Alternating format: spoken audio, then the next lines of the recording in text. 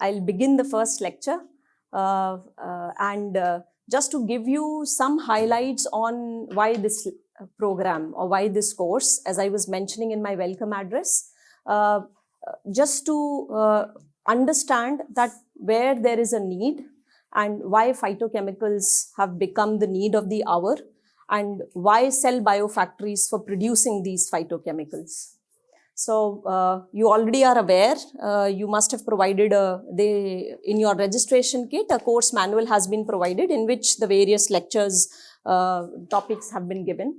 So coming to the topic, it is about sustainable biomanufacturing of high value phytochemicals. Now, sustainable because we'll be talking about a process development which is greener, and which is having a low footprint, carbon footprint, and a process which is independent of nature to produce the same molecules which you extract out from the natural plants in the wild. Then we talk about the high value because many of these phytochemicals, they belong to specialized category, which initially was called as secondary metabolites. So, which are different from primary metabolites, but they are mainly used for defense and various other ecological relationships of the plant with the surroundings. So these have also been found to be very beneficial for the humankind. So therefore, they become of high commercial value to us. So the motivation behind stems from the fact that if you go back and see, the data suggests that there are more than 25% of the top 150 prescribed drugs which are belonging to, in some way, the molecules which are of plant origin. What has been projected is that we are going to see a 5 trillion market by 2050 for the herbal drugs. There'll be a 63%. So this was a report which came on the National Ayurveda Day by Ministry of Ayush, which said that 63% upsurge in the demand for the herbal products in the last decade. Now, unfortunately, most of these molecules or herbal extracts, they are being procured from nature. 70% of the harvesting which is done is invasive in nature. So many of these phytochemicals, they are coming from the various parts of the tree or plant, because of which, of the commercial interest and a lot of industrial demand, they extensively get uprooted. I'll give you an example, like for example, an anti-cancer metabolite, the lead molecule called as camptothecin. It is to be extracted from the bark of the Indian native tree, which is a small tree, which is called as Nothapodites pneumoniana. Now, in the last few decades, we have observed almost 80% decline in the population from the Western Ghats for the very reason that there is a lot of domestic and global demand for this anti-cancer lead molecule, because of which they are getting black marketed, they are getting extensively, invasively harvested, because these secondary metabolites may also be present in various other parts of the plant, but the local collectors and the vendors, they don't care, and it is extensively fully uprooted tree. So there is a time going to come where the population is going to get either endangered or critically endangered or finally extinct. Now, one of the facts of these phytochemicals is that most of these high-value phytochemicals, they have a very chemically complex structure. They have more than one chiral centers. So, if you see, these are multi-step biosynthetic processes, and total chemical synthesis of many of these secondary metabolites is either not possible, or the yields are very low, or the results ends up in a racemic mixtures of molecules, where one of them can also be toxic and harming the biological benefit which is coming out from the molecule, especially when they are present in extracts. So their chemical synthesis can be complex, and there is a lot of, because we are dependent on nature for these molecules, we are therefore dependent on the climatic conditions, the geographical conditions, what has been observed is that if you, let's say, for example, azadirachtin, it's a small it's a molecule which is used as a biopesticide and collected from Azadirachta indica, which is ubiquitous, which is present across the country. It is neem, commonly called as neem. It's a very high value biopesticide. Now, if you see its yields, which means the content present, it is generally extracted from the seeds. If you start collecting it from North India, from South India, from various parts of the country, you'll find different yields of azadirachtin in these trees or in the seeds collected from the trees. So there is it's a well-known fact that there is an impact of geographical variation and climatic variation in the yields of these secondary metabolites present in the plant. So therefore, it cannot be a uniform or a consistent supply of the product when you are depending on nature. Then what is the alternative? I gave you an example that it becomes imperative now how to find an alternative. I gave you an example of camptothecin. Now camptothecin, it is growing at the rate of 14% CAGR in the market. Now 4 drugs are already in the market which use camptothecin as the lead molecule.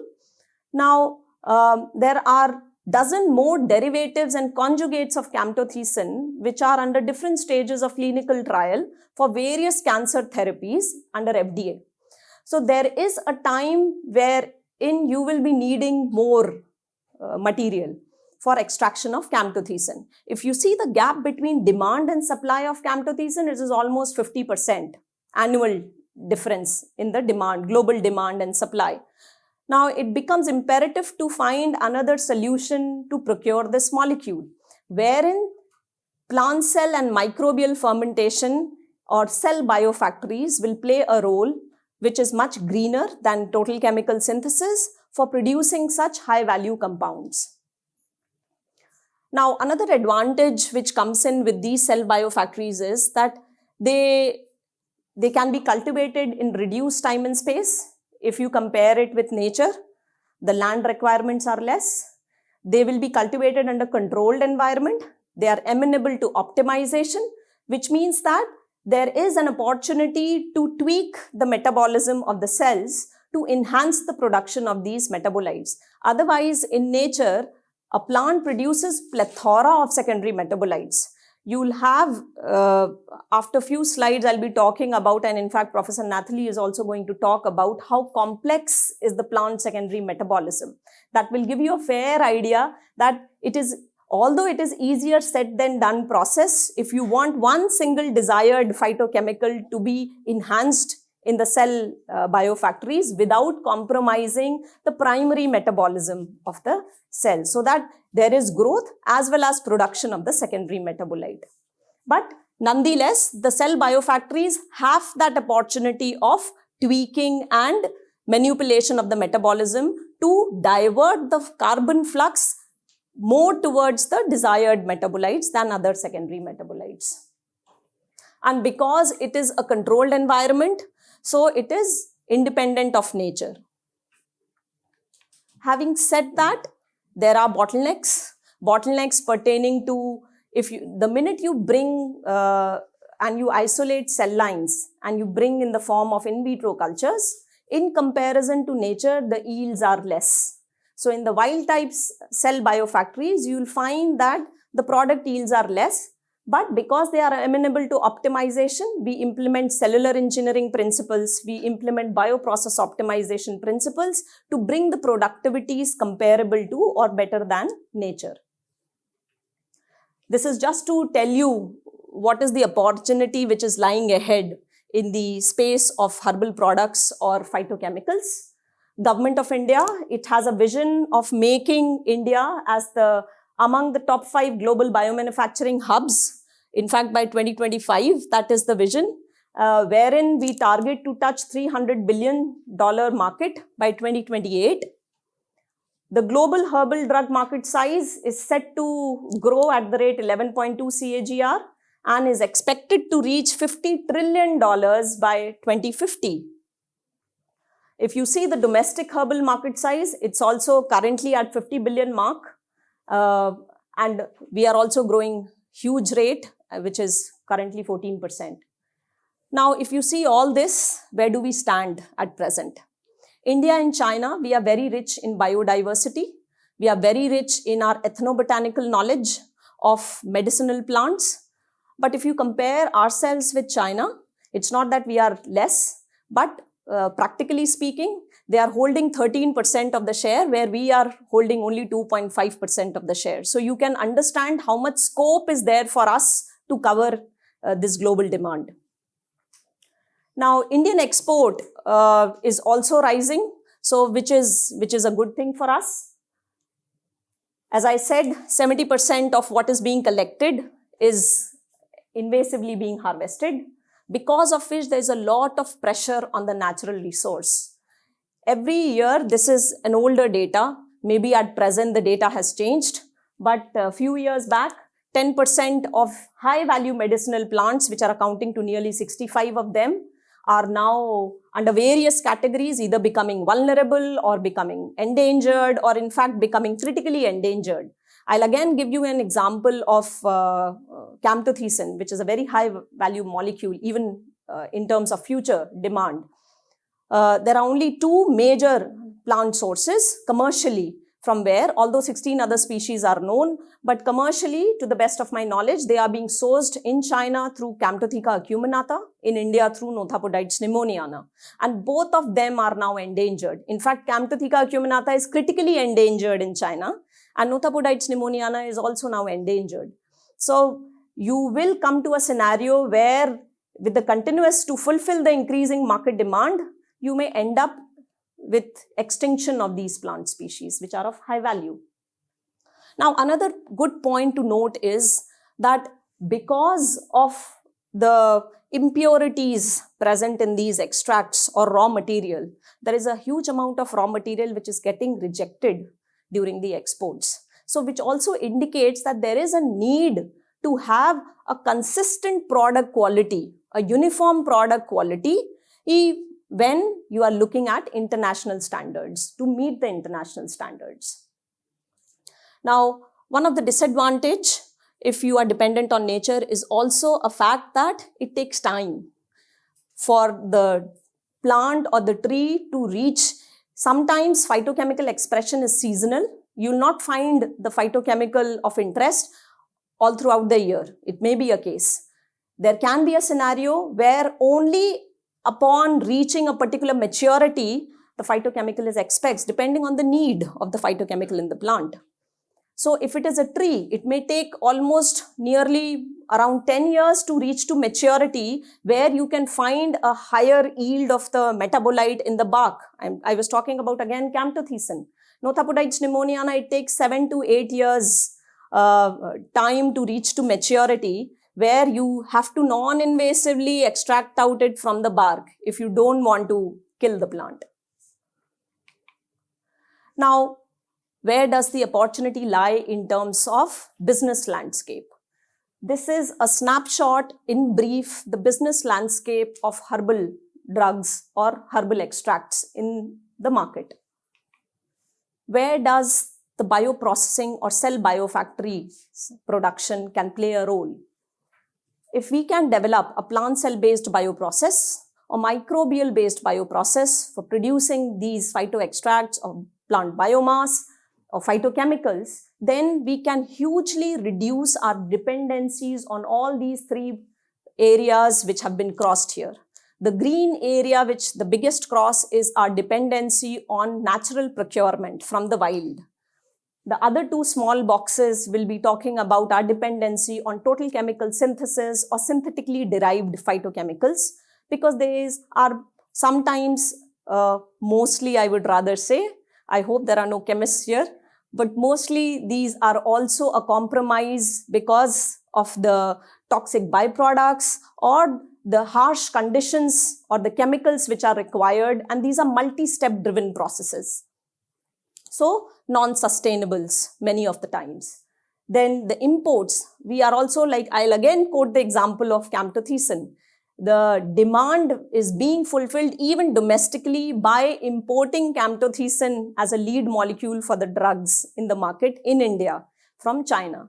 So if we can come up with an indigenous technology to produce these high value phytochemicals, then we can reduce hugely our dependencies on all these three spaces. And these are the big market size or the market which is available if you come up with such an indigenous technology to cater to. The product can cater to health and wellness industry. Phytochemicals cater to food and textile industries. Phytochemicals have a role to play in cosmetic industry. There's a huge upsurge in the demand of natural products in the cosmetic industries, both internally and globally. Ayush industry, that's a well-known fact and very much aligned, and pharmaceutical industry. So there is a big available business market or opportunity for phytochemicals. Now, having said these things, I think we have laid the stage for why this technology is of importance and the current need of the hour. So, as I was mentioning, what can be an advantage of using plant cell biofactories? In fact, it also goes well with any cell biofactories, even by heterologous expression of the plant pathways in eukaryotic systems like yeast. In fact, microbes can be fungi even. We'll be talking later in the course about this. So what are the advantages? The advantages include there can be controlled supply, which means, as I was mentioning and giving an example of azadirachtin, that you collect from different parts of the country, you will find different yields. So there is no consistent product yield which is possible to fulfill the demand. By using an in vitro production platform, you have the liberty of maintaining the product quality, and it is uniform and consistent throughout the year. Green and safe technology, I don't have to talk about, it's a biotechnology. So obviously it is much greener and safer if you compare it with chemical-based synthesis. Reduced time and space, I already gave you an example. It is seasonal in nature. The tree may have to reach to a particular developmental stage to see the expression of the phytochemical. So that is also taken away in the in vitro system. Now, they are also tools for conservation, which is an added advantage. We don't, in terms of commercialization, it may not come very straight that it is a big advantage. But if you see about the future, then you are conserving the climate, you are conserving the biodiversity, and therefore there is much added benefit in terms of sustainable development with this technology. Now, because these are cell biofactories, as I mentioned, they will be amenable to process optimization. You can apply exogenously, you can manipulate media composition, you can manipulate, have additives exposed to these cells to divert the carbon flux or to enhance the production of these phytochemicals in these cells. So what are the three aspects when you are developing these cell biofactories? What are the three aspects which should be considered and which we'll be discussing during these 2 weeks of the course?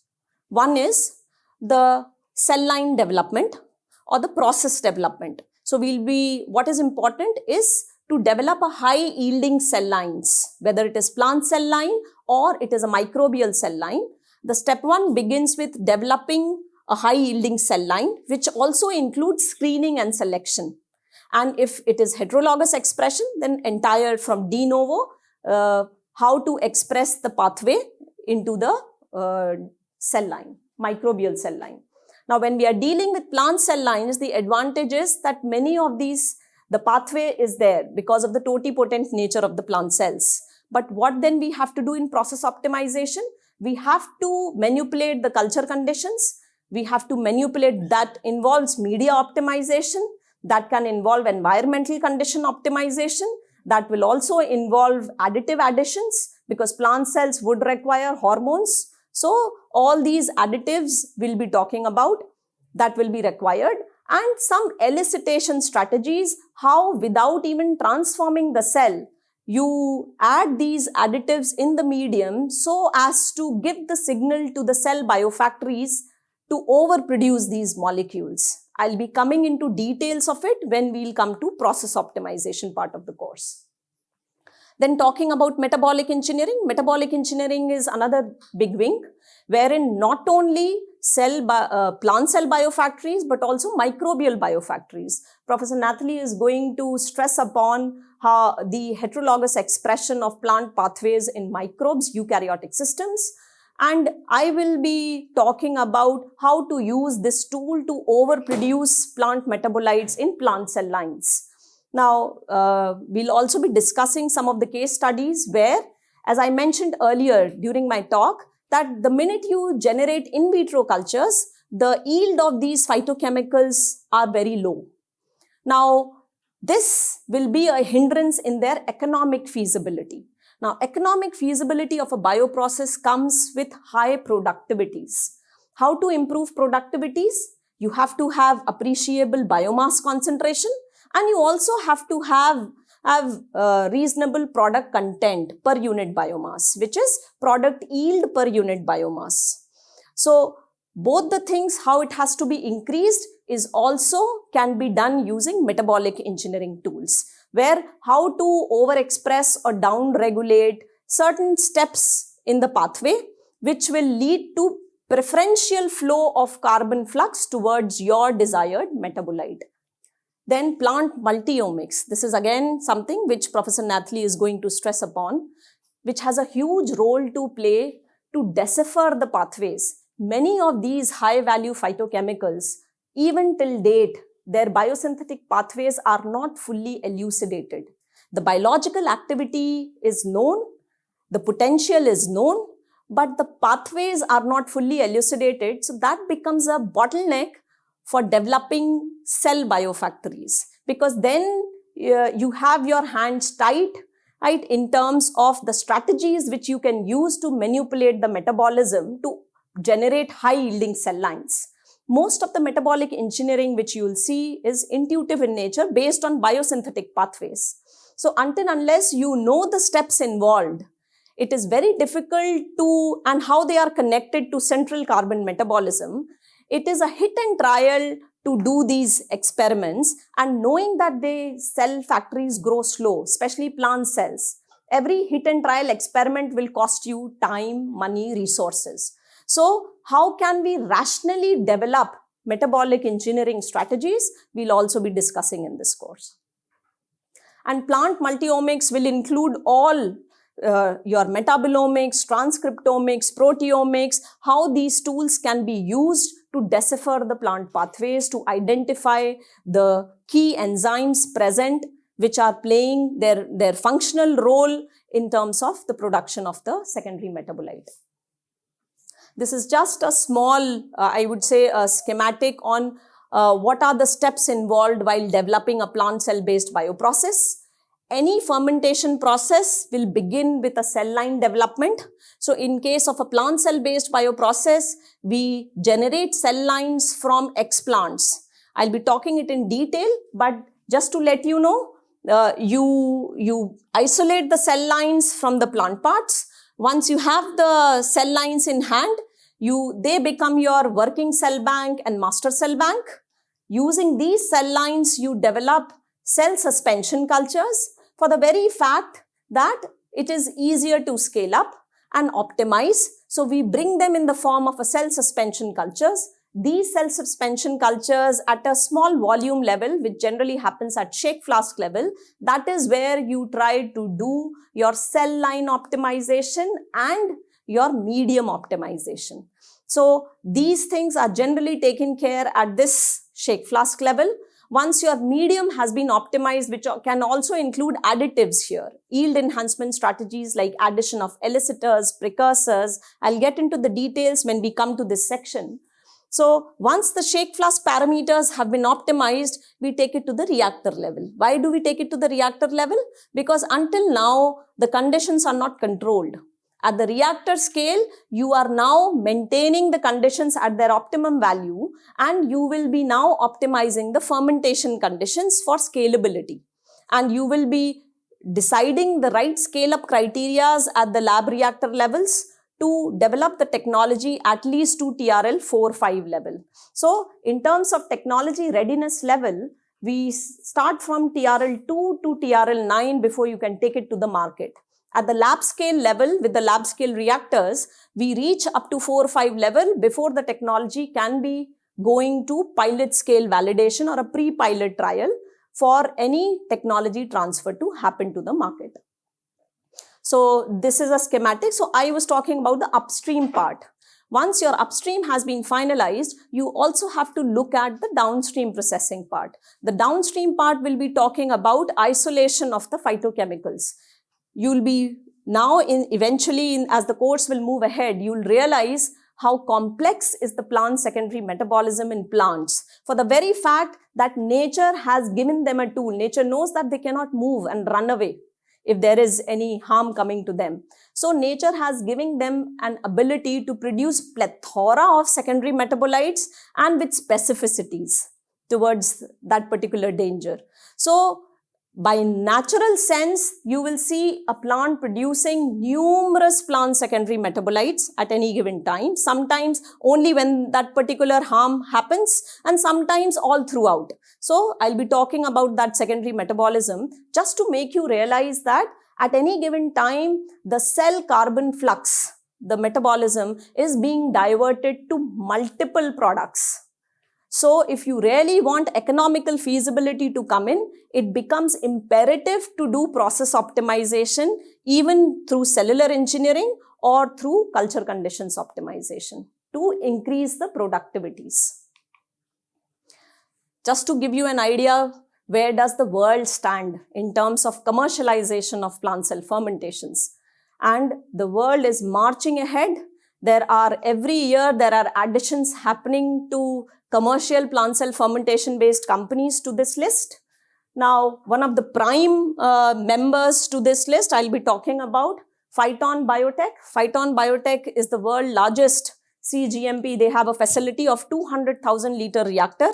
They are responsible to fulfill the 1/3 of the global market demand for Taxol. The molecule is paclitaxel.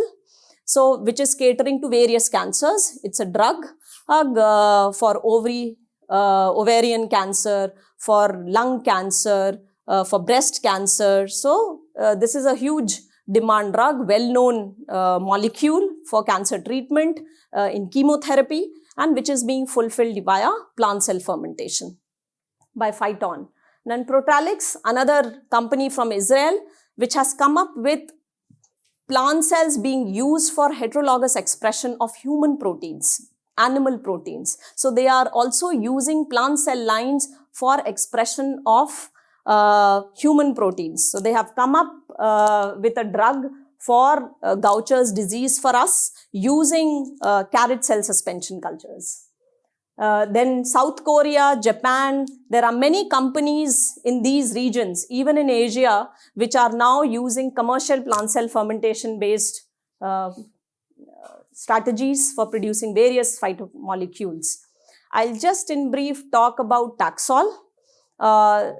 The story of Taxol, how it began and how did it end up in a plant cell fermentation based company. In fact, I was having a discussion and I came to know it was a spin-off from a university. So Taxol was identified in 1967 by National Cancer Institute in US from the bark of the Pacific E tree, Taxus brevifolia. It is used in inflammation and was developed as an anti-cancer agent by BMS. You can see the complex structure of paclitaxel, and this is the E tree. It's also extracted from the bark of the E tree. So just to mention, so it has started, established in 1967, the discovery happened. But actually, when did it start? See how much resource and time has gone into it. 1955, there was a huge screening project done by NCI to discover anti-cancer agents. So what did they screen? They screened 35,000 plants. By 1967, they were able to hit upon Taxol.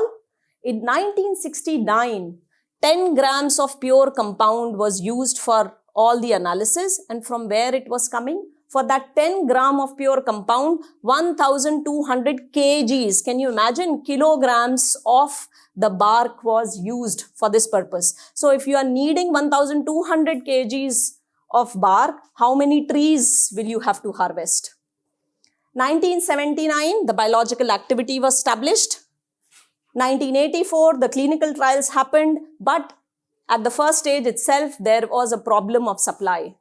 NCI very soon realized that to fulfill the demand, they cannot wipe out the population of plants. So then, whom to give it away to? Despite the fact that it was very clear and now established that Taxol can be a key drug to play a role in cancer therapy, they realized that 360,000 trees will have to be destroyed to fulfill the the demands of the US. 1989, then they gave it to BMS that you take this and you do whatever you want to. So then BMS invested some money being a commercial entity and they came up with the drug from the molecule paclitaxel. FDA approved it in 1992. 5 years exclusive marketing rights were given to BMS for this non-patentable. See, you also realize the minute it goes to commercial entities from the beginning, the cost is going to increase. So if you see the cancer treatment cost in the country, we are hugely dependent on molecules or the drugs which we import. Now, you can understand the imperative need of coming up with an indigenous technology to produce these molecules if you really want to make it affordable to the country. Now, what is the status? It is currently being produced by plant cell culture technology by Phyton Biotech, and they are catering to 1/3 of the global demand for Taxol. These are some examples of various application industries. If you talk about food, these, you can refer to this. We'll be sending these slides every day as the lecture finishes as PDFs for you people to refer to.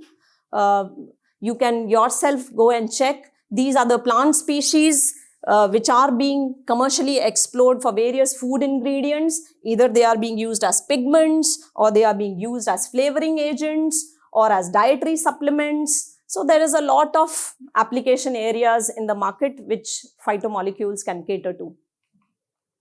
If you see pharmaceuticals, there are enough, and all these are commercial plant cell fermentation based entities which are producing these molecules for various purposes. So these are catering to pharmaceutical industries where you can, podophylotoxin is another anti-cancer drug. It is known from a plant which is rare in Himalayan. So it is a Himalayan plant found, which is a rare species from where you extract out podophylotoxin. In cosmetics, there is a huge upsurge, as I said, in the cosmetic markets and demand for natural products, plant-derived products. So there is a good scope there for plant cell fermentation.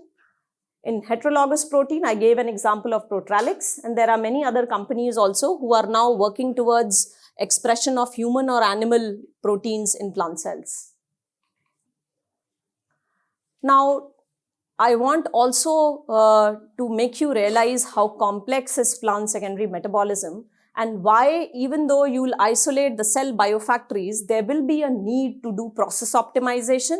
There will be a need to do cellular optimization of the metabolism if you really want to bring in economical feasibility in the process. In the end, you can only survive in the market if you have economical feasibility in the place. Even though with lot of good intentions, but you can only survive the competition if there is economical feasibility in the process. So how to bring in economical feasibility in the process?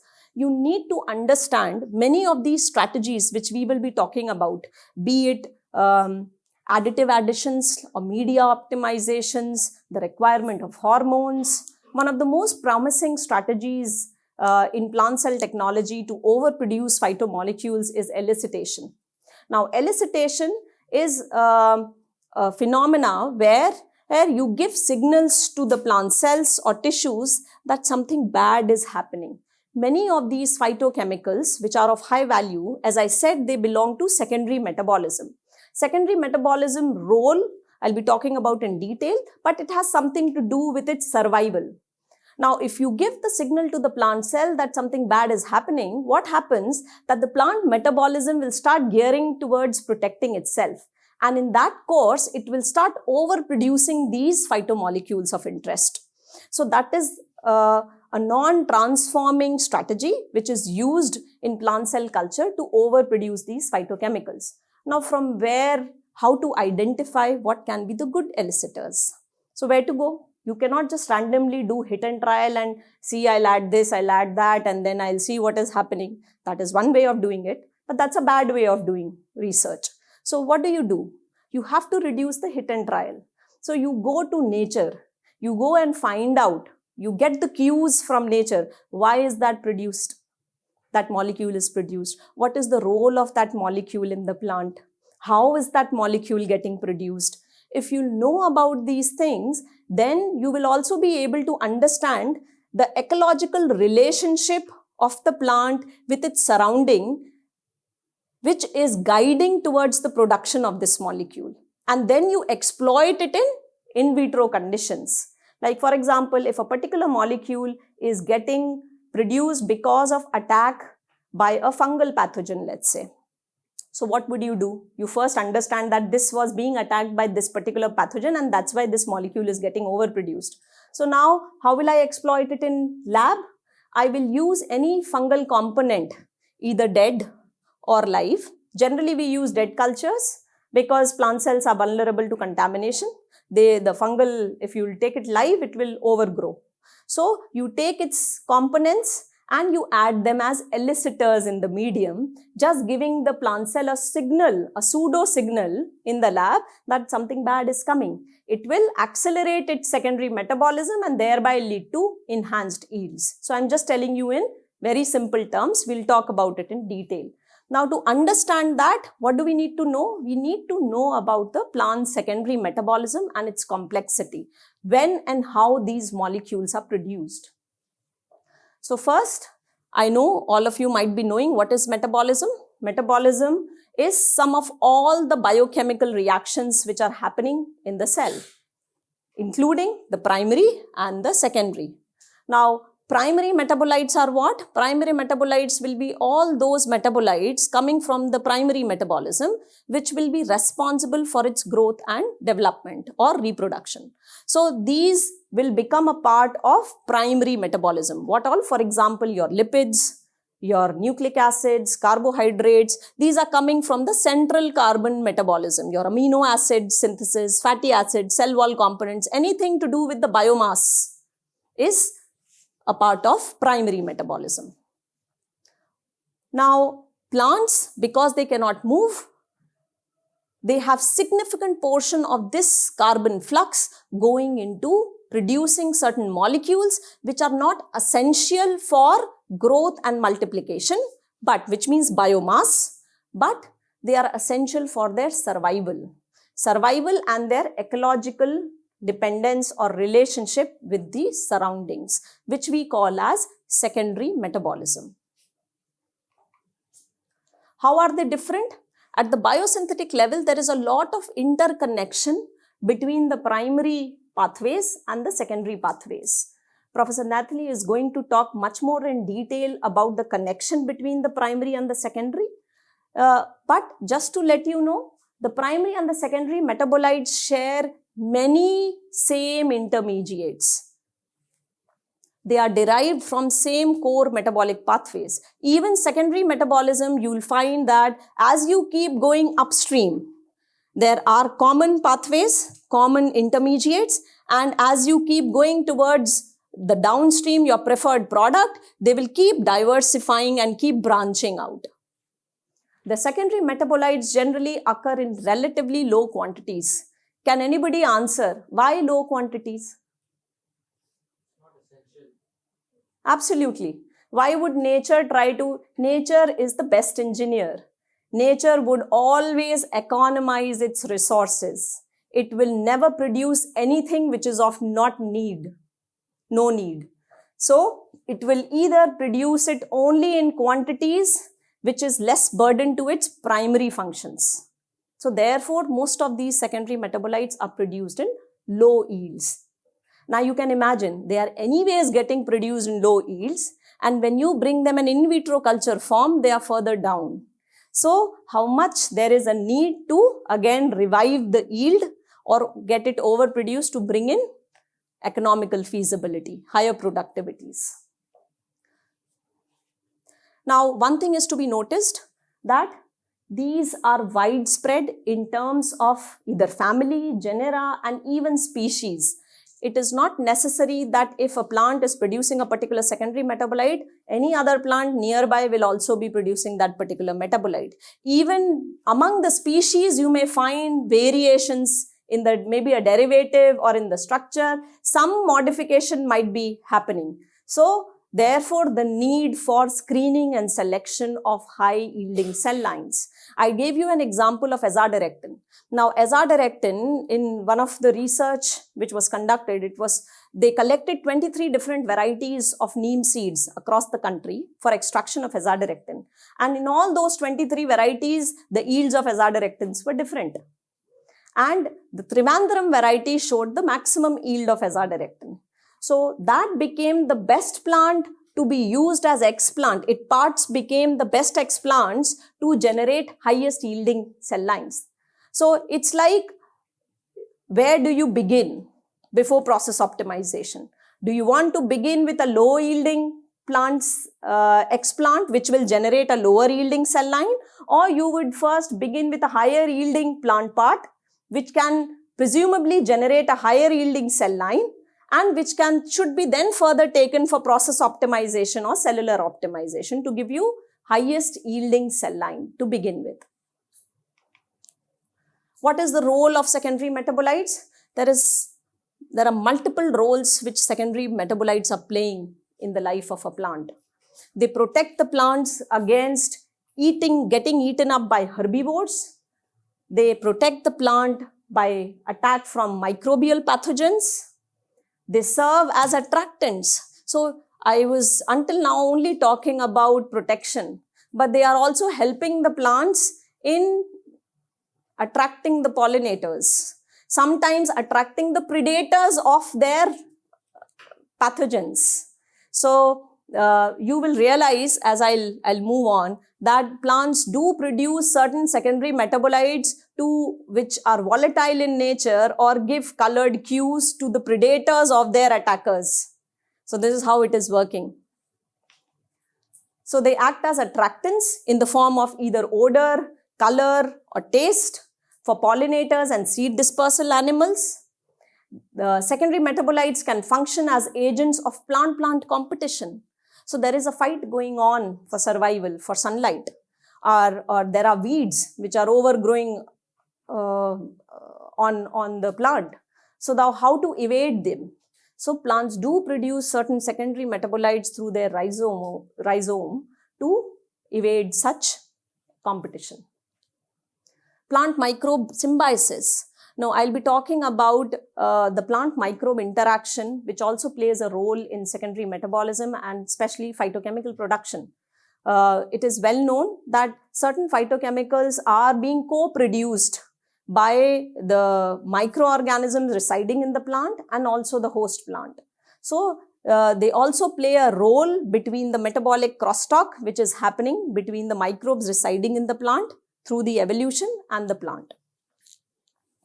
They increase the reproductive fitness of the plants. Of course, if the plant is free from any pathogens or wounds, then it is a healthy plant to grow and thereby better reproductive fitness. The ability of plant to compete and survive, therefore, profoundly is affected by its secondary metabolism and the production of secondary metabolites. Now, what are the different defensive strategies which the plant has realized or they have developed? Like us, there are some. So what plants do is they have constitutive defense and they have induced defense. From the name itself, can you guess? Some lie under constitutive defense and some secondary metabolites become a part of induced defense. Constitutive is something which is constantly expressed and induced is expressed in response to a particular stimulus. Absolutely, from the word itself. So again, the nature is economizing. Rather than spending all its carbon, energy, flux in one go on producing the secondary metabolites, it is economizing as and when required. They are often species specific. So this is how secondary metabolite production is. They are species specific. They can exist as store compounds, conjugate compounds, or precursors of active compounds. Now, sometimes many of these phytochemicals, because they are toxic in nature, the plant has to protect itself against the toxic nature of that. So therefore, sometimes they are stored as it is in the vacuoles mostly, or sometimes the precursor is stored, and as soon as the damage would happen, the precursor will be brought in exposure to the last step of enzymes which are in the vicinity to convert it into final products. Most of the defensive secondary compounds are constitutive defense. Now, what are induced defense? Induced defense are initiated only after actual damage occurs. They include the production of defensive proteins. For example, lectins or protease inhibitors, as well as production of toxic secondary metabolites. So this becomes a part of induced defense, which happens after the first attack has happened rather. In principle, induced defenses require a smaller investment, obviously, because they are not all the time being produced. So induced defense would require less carbon and energy of the plant to get produced. So lesser investment from the plant. Now, plants can recognize specific components of the insect. If there is a pathogenic insect, they may have certain receptors on the cell membrane which will recognize these insects so as to start overproducing these compounds. So repeated mechanical wounding is one. Can induce response similar to that of insect herbivory. Certain molecules in the insect saliva can serve as enhancers of the stimulus. That is what I was terming as elicitors. Plant can recognize these elicitors and activate a complex signal transduction pathway. So it is about the exposure. Once it is exposed, the plant has recognized. Now, the plant can be very big. The tree can be very big and the attack has happened at one point. How will the tree gear up the other parts? So what happens? The plants have devised a mechanism of this signal cascade. And sometimes the signal is sent through the vascular system to other parts. So wherein your signal molecules will play a role. Where jasmonic acid, salicylic acid, these are signaling molecules which play a huge role in this signal cascade mechanisms. Such insect-derived elicitors, they trigger the signaling pathways systematically, initiating the defense response in the distant regions of the plant. In fact, you won't realize that the plant is not only trying to send signal to different parts of the same plant, but it also sends signals to the nearby plants by making them as volatile substances. So these signaling compounds, like for example methyl jasmonate. Jasmonic acid is the signaling molecule, but its volatile ester is methyl jasmonate. And this volatile ester the plant uses to give signals to the distant relative.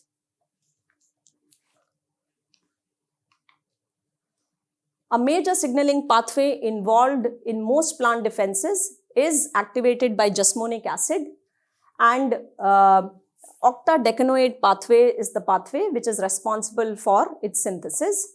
Now, jasmonic acid level, it will rise steeply in response to the insect herbivore damage and thereby triggering the production of many proteins or enzymes involved in plant defense.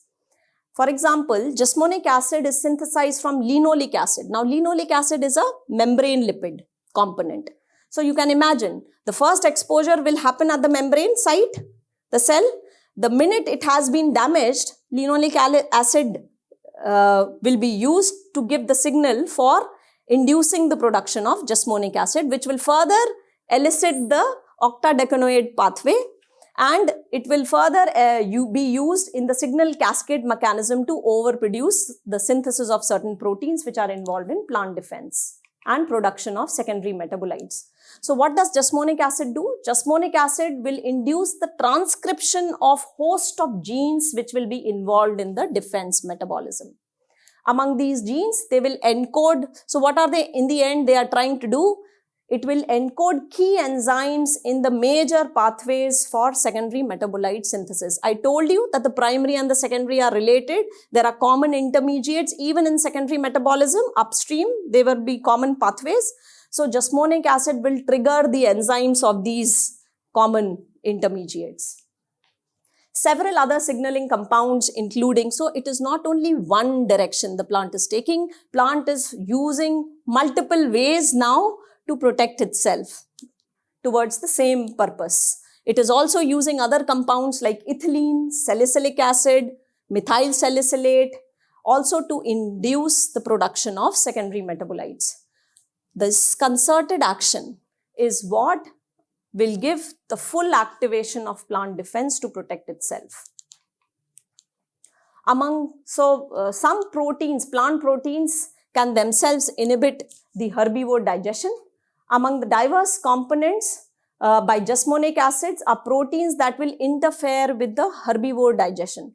So, for example here, some legumes, they synthesize alpha amylase inhibitors that would block the action of the starch digesting enzyme alpha amylase. So, you can understand, any insect which will try to attack, it would have to disintegrate and want to have food from the plant. So there's a good possibility that it will have alpha amylase to do that. Now what the plant would do is, it will attack directly the enzyme which is responsible for degradation of starch. Other plant species produce lectins, defensive proteins that bind to the carbohydrates or carbohydrate containing proteins. Now what will happen after it has ingested, the herbivore has ingested, these molecules will bind to the epithelial cell lining of the digestive tract and interfere with the nutrient absorption. The best known anti-digestive proteins in plants are the protease inhibitors. They are found in legumes, tomatoes and other plants. These substances can block the action of proteolytic enzymes in the herbivore. Now there are volatiles also playing a role here. The induction and release of volatiles in response to insect herbivore damage. This includes the combination of molecules which are emitted specific to each insect. There are certain class of molecules which will be produced after they have learned.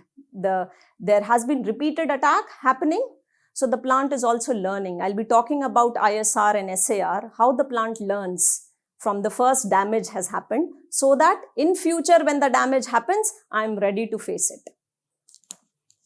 So typically includes representative from 3 major classes of secondary metabolites, the terpenes, phenolics and alkaloids. So most of the secondary metabolites which are involved in secondary metabolism and are part of the plant defense, their beginning happens from these 3 classes of plant secondary molecules, and further they can be combination of one or more.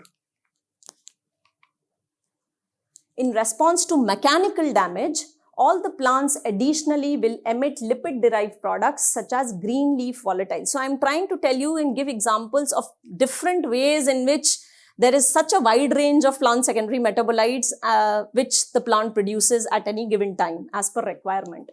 Now these are mixtures of terpenoids and fatty acids.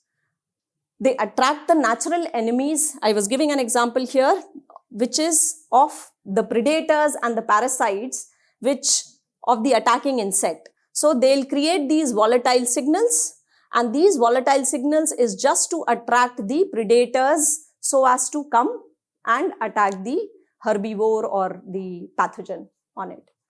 The volatiles relieved by the leaf during moth oviposition, this is an example, can act as a repellent to other female moths. So what will happen? A moth has come. So first is a compromise. First compromise has been done, but now how to protect the damage.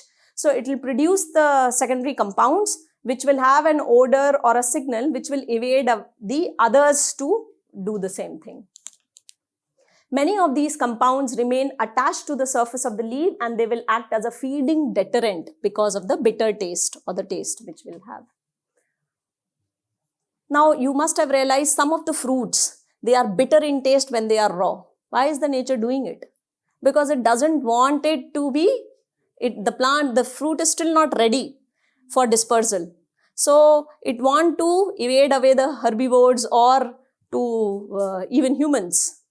So therefore, it will create certain metabolites which will have deterrence, taste deterrence. You will not taste it. So you will not bite it. Some penetrate the cuticle, the cell wall directly by secreting lytic enzymes which digest these mechanical barriers. This is how the pathogens are strategizing to invade the plants. There's a diverse array of pathogens, so there are diverse ways of penetrating the plant.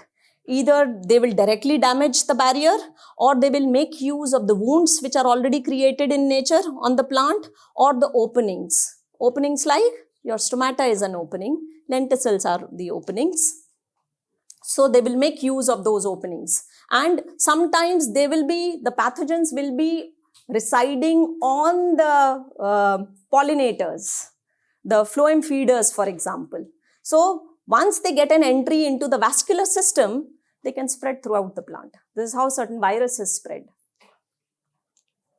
Phloem feeders such as whiteflies and aphids, they deposit pathogens directly into the vascular system. Thereby, they can easily spread throughout the plant. Now, antimicrobial compounds are synthesized before the pathogen attack. So which is constitutive defense. So now the plant is producing something before and the plant will also produce something after the attack has happened, such that there is a concerted effect of all these mechanisms to evade away the pathogen. Several classes of secondary metabolites have strong antimicrobial activity when tested in vitro. For example, saponins. It is a group of triterpenes which disrupts fungal membranes by binding to sterols. There's an example given here. What was found was that when saponins were made to get produced less in the mutant oat lines, they observed that they became less resistant to fungal pathogen attack.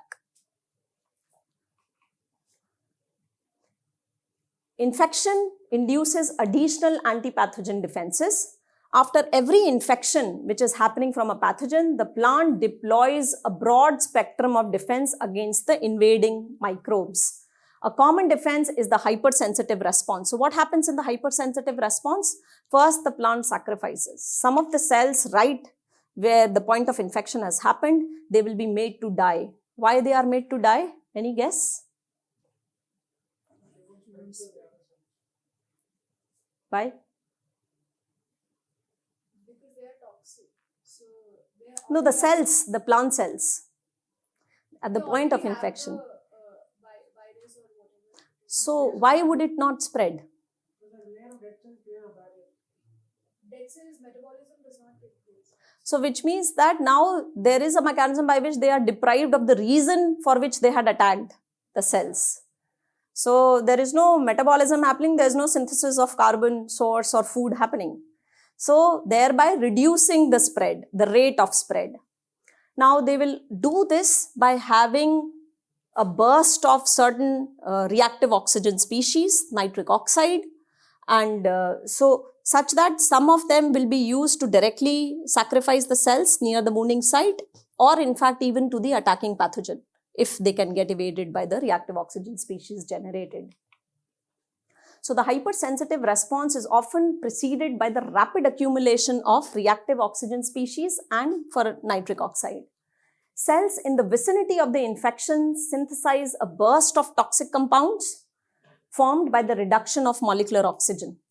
Active oxygen species will contribute to host cell death. So this is the sacrifice as a part of the hypersensitive response, or in fact sometimes to kill the pathogen also directly.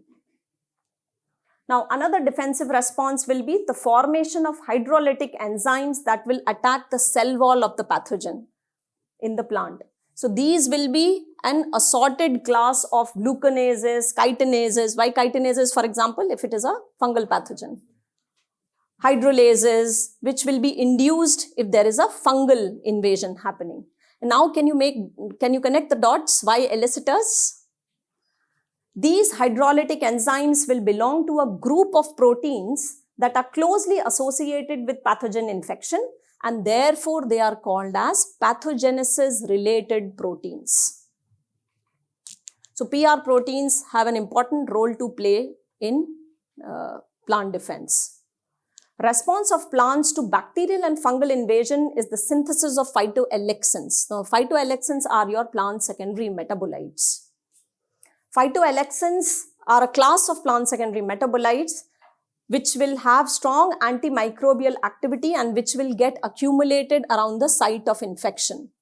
Now, please always remember, not all plant secondary metabolites are synthesized after the pathogen attack. They are certain part of secondary metabolites which are a part of constitutive defense.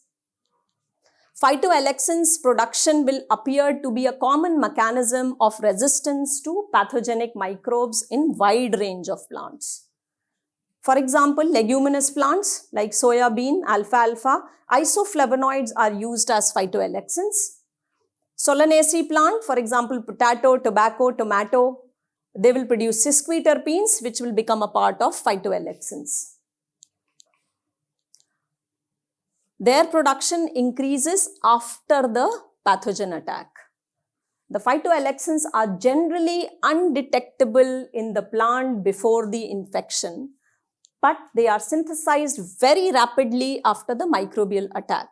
Now, it also depends on the plant species. So, the probability of success to evade away the pathogen would depend on how fast the plant is able to do a concerted mechanism to protect itself, which also involves the production of secondary metabolites de novo, which means after the attack has happened. The point of control for the activation of these biosynthetic pathways will begin from gene transcription. The plant do not store any enzymatic machinery required for phytoalexin synthesis. After microbial invasion has happened, they will begin transcribing and translating the appropriate mRNAs which are required for synthesizing the biosynthetic enzymes required to produce these phytoalexins. Now, how do plants recognize? They will differ. So, sometimes you will find that some plants are able to survive, some plants are not able to survive. So, that is because they have a difference in the speed and intensity of response to these attacks. The resistance would depend on how plants sense the presence of pathogens and initiate the defensive responses. So, how quickly the plant has developed a mechanism to the first line of defense has been broken, how quickly the signal cascade mechanism is in place to do de novo synthesis of these phytoalexins and involve the various other mechanisms of protection. Plants have a variety of receptors that can recognize these associated signals. One of them, it is called as MAMPs. These are microbe-associated general molecular patterns. So this is where learning is happening when there has been through generations. So if something, so plants will find certain epitopes and present it, which will identify the conserved features of that attacker. For example, flagellin receptor, which is epitope FLG22, it is a receptor which enables the plant to recognize mobile bacteria. So this is how the plant has devised ways to recognize any mobile bacteria, class of mobile bacteria, flagellated bacteria. Now, there's another example of PEP13, which is an epitope of omecide transglutamase that enables the plant to recognize all omecide pathogens. Omecides are fungus-like pathogens. This form of defensive strategies is referred to as innate immunity because plant has already learnt it through evolution. A single encounter with the pathogen may increase resistance to future attacks. When the plant survives infection by a pathogen at one site, it will often develop increased resistance to subsequent attacks. And this is called as systemic acquired resistance in the plant. It is not developed therefore very quickly. It takes time for the plant to develop this resistance. How does it develop? It develops this resistance by creating increased levels of PR proteins. We just heard about the pathogenesis related proteins. This is where it plays the role in your systemic acquired resistance. So PR proteins like chitinases and other hydrolytic enzymes, once the endogenous signals involved, so there are certain signaling molecules also involved in this, for example, salicylic acid. This will get accumulated dramatically in the zone of infection after the initial attack has happened, and then it will establish the systemic acquired resistance by synthesizing the PR proteins. Hydrogen peroxide is another compound that can accumulate at the site of infection and also becomes a part of SAR. Salicylic acid is the signaling molecule which will be used for long distance cautioning to other parts of the plant. This is just a schematic to show how the initial pathogen infection will increase the resistance for any future attack by using SAR. So generally these signaling molecules will make use of the vascular system to convey the message to other cells and tissues. Now another type of resistance is induced systemic resistance, which will get activated when not the actual pathogens have happened, but it is also activated during its interaction with the microbes. These can be symbiotic microbes, can be useful microbes in nature. But even for a useful symbiosis to happen, that particular microbe will have to infect the plant, will have to enter the plant, isn't it? Now for entering, it will have to produce certain lytic enzymes. So they become a part of the induced systemic resistance in the plant. So colonization of root zone by rhizobacteria not only stimulates the formation of root nodules, but also initiates a signaling cascade throughout the plant. This signaling cascade would involve molecules like jasmonic acid and ethylene, and thereby resulting in enhanced production of the phytochemicals, which will be useful in the future if any pathogen attack. This form of systemic defense does not involve salicylic acid as the signaling compound, as it does not induce the accumulation of PR protein. So this is how it is different from systemic acquired resistance. Certain defense measures are immediately put in place by induced systemic resistance, and other defense responses are initiated only after the actual pathogen infection. So now, can you understand the difference between ISR and SAR? So induced systemic resistance is playing a role when? It should be a part of your induced systemic resistance was not coming from actual pathogens, but from the beneficial microbes. So it is not happening after the actual attack has happened, but well before that. So it's a constitutive, can be a part of the innate defense which has happened and not the induced. The advantage of this defense strategy lies in reducing the direct investment of resources in defensive measures. So it is avoiding the usage of the resources when the plant is healthy, is not under attack, but still gearing up in case if the future attack happens, then we are prepared to produce the phytochemicals required. So this is the part of induced systemic resistance where jasmonic acid will play a role or ethylene will play a role. So this is a sum up of the secondary metabolism and its relationship with the nature in plants.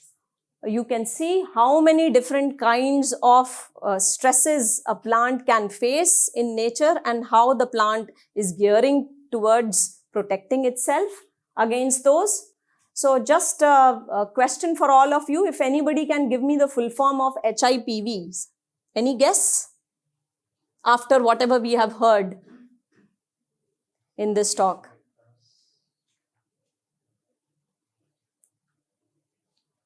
Pollination vectors.